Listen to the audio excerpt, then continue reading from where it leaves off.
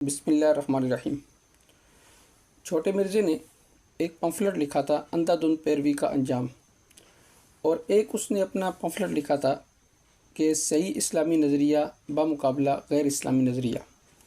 یہ جو دوسرا پمفلٹ لکھا ہے کہ صحیح اسلامی نظریہ بمقابلہ غیر اسلامی نظریہ، اس میں اس نے ایک نمبر 10 پہ جا کر ایک غیر اسلامی نظریہ پیش کیا، اور اس میں دیوبندی عالم مولانا شاہ اسماعیل شہید رحمہ اللہ تعالی ان کی ایک عبارت پیش کی تقویت الایمان سے، کہ اس شہنشاہ کی تو یہ شان ہے کہ ایک آن میں ایک حکم کن سے چاہے تو کروڑوں نبی، ولی، جن، فرشتے، جبرائیل اور محمد صلی اللہ علیہ وسلم کے برابر پیدا کر ڈالے۔ اب یہ عبارت نقل کرنے کے بعد چھوٹا مرزا یہ کہتا ہے کہ یہ غیر اسلامی نظریہ ہے۔ اب یہاں پر چھوٹے مرزے نے جو دھوکے دیے ہیں، پہلا دھوکہ تو یہ دیا کہ اس نے شاہ اسماعیل شہید رحمہ اللہ تعالیٰ کی عبارت کو سیاق و سباق سے کاٹ کر پیش کیا۔ دوسرا دھوکہ یہ دیا کہ اس نے یہ نہیں بتلایا کہ شاہ اسماعیل شہید رحمہ اللہ تعالیٰ نے اس عبارت کو کس چیپٹر کے اندر نقل کیا تھا۔ یہ میرے پاس تقویت الایمان ہے شاہ اسماعیل شہید رحمہ اللہ تعالیٰ کی، اس کے صفحہ نمبر 36 کے اوپر یہ عبارت موجود ہے۔ لیکن اس سے پہلے آپ یہ سمجھیں کہ شاہ اسماعیل شہید رحمہ اللہ تعالی اس عبارت کو کس چیپٹر کے اندر لے کر آئے ہیں اور اس سے کون سا مسئلہ سمجھانا چاہ رہے ہیں۔ شاہ اسماعیل شہید رحمہ اللہ تعالی نے اس کو نقل کیا باب پہلا توحید و شرک کے بیان میں۔ گویا کہ یہ عبارت توحید اور شرک کے بیان میں ہے۔ اول سننا چاہیے کہ شرک لوگوں میں بہت پھیل رہا ہے اور اصل توحید نایاب ہے، لیکن اکثر لوگ شرک و توحید کے معنی نہیں سمجھتے اور ایمان کا دعویٰ رکھتے ہیں، حالانکہ شرک میں گرفتار ہیں۔ سو اول معنی شرک اور توحید کے سمجھا جائے تا برائی و بلائی ان کو قرآن و حدیث سے معلوم ہو۔ تو گویا کہ شاہ اسماعیل شہید رحمہ اللہ تعالی نے تقویت الایمان کے اندر جو پہلا باب باندھا ہے وہ توحید و شرک کے بیان میں۔ پھر اسی میں آگے چل کے شاہ اسماعیل شہید رحمہ اللہ تعالی نے تیسری فصل قائم کی۔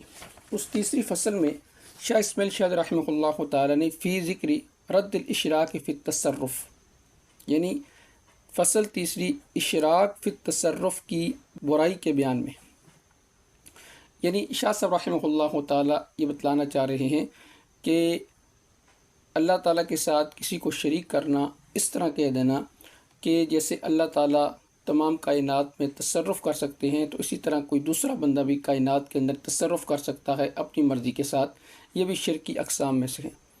اس کے ذیل میں شاہ اسماعیل شہید رحمہ اللہ تعالی نے کچھ قرآن کریم کی آیات نقل کی۔ ان قرآن کریم کی آیات میں سے ایک آیت کے تحت انہوں نے یہ تشریح نقل کی کہ اس شہنشاہ کی تو یہ شان ہے کہ ایک آن میں ایک حکم کن سے اگر چاہے تو کروڑوں نبی اور ولی اور جن، فرشتہ، جبرائیل اور محمد صلی اللہ علیہ وسلم کے برابر پیدا کر ڈالے۔ تو یہ عبارت شاہ اسماعیل شہید رحمہ اللہ تعالی وہ توحید کے بیان میں لے کر آئے ہیں کہ اللہ تعالیٰ کی یہ قدرت ہے اور اللہ تعالیٰ اتنا قادر ہے۔ اس کے ذیل میں حاشیے کے اندر اس کی تشریح باقاعدہ نقل ہے کہ شاہ صاحب رحمہ اللہ تعالیٰ کی بات کا مقصود کیا تھا۔ ویسے عبارت تو کوئی مشکل ہے نہیں ہے۔ دیکھیں، تین چیزیں ہیں۔ نمبر ایک، اللہ تعالیٰ کا کسی چیز پر قادر ہونا۔ نمبر دو، قدرت کے بعد اللہ تعالیٰ کا کسی چیز کو وجود دینا کہ اس میں کتنا وقت لگے گا۔ اور تیسرا یہ کہ پوری کائنات کی مثل اللہ تعالیٰ پیدا کرنے پر قادر ہے یا نہیں ہے۔ اب دیکھیں، یہاں پر صاف لکھا ہوا ہے، ایک تو ہے اللہ تعالیٰ کا اپنی چاہت کے پورا کرنے اور اپنے ارادے کو کر گزرنے پر قادر ہونا، اور دوسرا کسی کام کا ہونا اور کرنا۔ یہ دو باتیں الگ الگ ہیں۔ تو مولانا شہید رحمہ اللہ تعالیٰ فرماتے ہیں اگر وہ چاہے تو وہ ہر چیز پر قادر ہے۔ قرآن کریم میں ہے ان اللہ علی کل شیء قدیر، بے شک اللہ تعالیٰ ہر چیز پر قادر ہے۔ یہ قدرت کی دلیل دی ہے قرآن کریم کی آیات سے۔ دوسرا یہ بیان کیا کہ اذا اراد شیئا ان یقول له کن فیکون، جس چیز کا ارادہ کرتا ہے اسے کہتا ہے ہو جا، اسی وقت ہو جاتی ہے، یعنی اس کے کن کہنے کی دیر ہوتی ہے، فیکون بس وہ کام ہو جاتا ہے۔ تیسرا یہ بتایا کہ اولیس الذی خلق السماوات والارض بقادر علی ان یخلق مثلهم بلا وهو الخلاق العلیم، کہ نہیں ہے وہ ذات جس نے زمین و آسمان کو پیدا کیا اس بات پر قادر کہ وہ ان کی مثل پیدا کر سکے، وہو الخلاق العلیم، وہ تو بہت ہی بڑا خالق ہے اور جاننے والا ہے۔ یا مثلہم کا مطلب یہ ہے کہ ان کی مثل، اس کا مطلب یہ ہے کہ کائنات میں جتنی بھی اشیاء ہیں، چاہے وہ جاندار ہیں یا بے جان ہیں یا کائنات ہے، اللہ تعالیٰ اس پوری کائنات کا مثل پیدا کرنے کے اوپر قادر ہے۔ قرآن کریم کی اس آیت سے ثابت ہوتا ہے۔ اب شاہ صاحب رحمہ اللہ تعالیٰ نے بھی یہی بات کہی کہ اس شہنشاہ کی تو یہ شان ہے کہ ایک آن میں ایک حکم کن سے اگر چاہے تو کروڑوں نبی اور ولی اور جن، فرشتہ، جبرائیل اور محمد صلی اللہ علیہ وسلم کے پیدا کر ڈالے۔ اب اس بات کو چھوٹے مرزا نے اس طرح بیان کیا کہ دیکھیں جی یہ غیر اسلامی نظریہ ہے۔ پہلا دھوکہ یہ دیا کہ سیاق و سباق سے کاٹ کر عبارت کو پیش کیا۔ دوسرا دھوکہ یہ دیا کہ یہ نہیں بتلایا کہ شاہ صاحب نے اس عبارت کو کس چیپٹر کے اندر نقل کیا ہے، وہ اللہ تعالیٰ کی قدرت کو بیان کرنا چاہ رہی ہے۔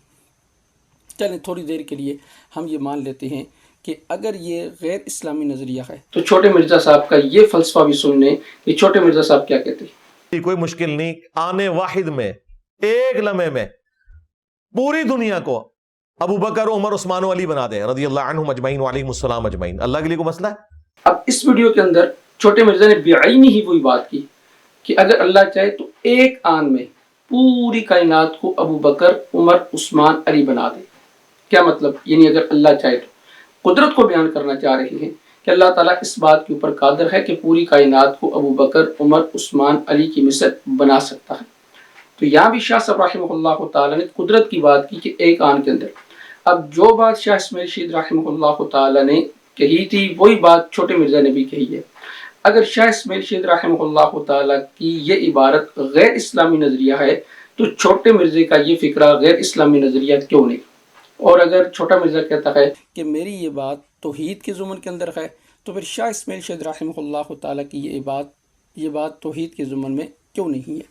اور اگر چھوٹا مرزا یہ کہے کہ بھائی وہاں تو نبوت کی بات ہے کہ محمد کی مثل، دیکھیں قرآن نے مطلقاً کہا اولیس الذی خلق السماوات والارض بقادر علی ان یخلق مثلہم، یعنی ان کی مثل۔ اب کائنات میں جتنی بھی اشیاء ہیں ان کی مثل کہہ رہے ہیں، اللہ تعالیٰ کہہ رہے ہیں کہ ان کی مثل اللہ تعالیٰ پیدا کرنے پر قادر ہے۔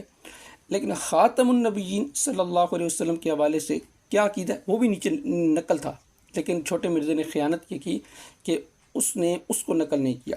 دیکھیں اس کی قدرت میں تو سب کچھ ہے، گویا کہ قدرت میں تو سب کچھ ہے، لیکن ایسا کرے گا نہیں کیونکہ اس کے فرمان ٹلتے نہیں، اور حضرت صلی اللہ علیہ وسلم کو خاتم النبیین فرما چکا ہے، اب آپ کے بعد کوئی نبی نہ ہوگا اور نہ ہوا ہے۔ فرماتا ہے وَلَٰكِن رسول اللہ و خاتم النبیین، یعنی آپ اللہ کے رسول ہیں اور نبیوں کے ختم کرنے والے ہیں، صلی اللہ علیہ وعلی آلہ وصحابہ وسلم۔ اب تو بات کلیئر ہوگی۔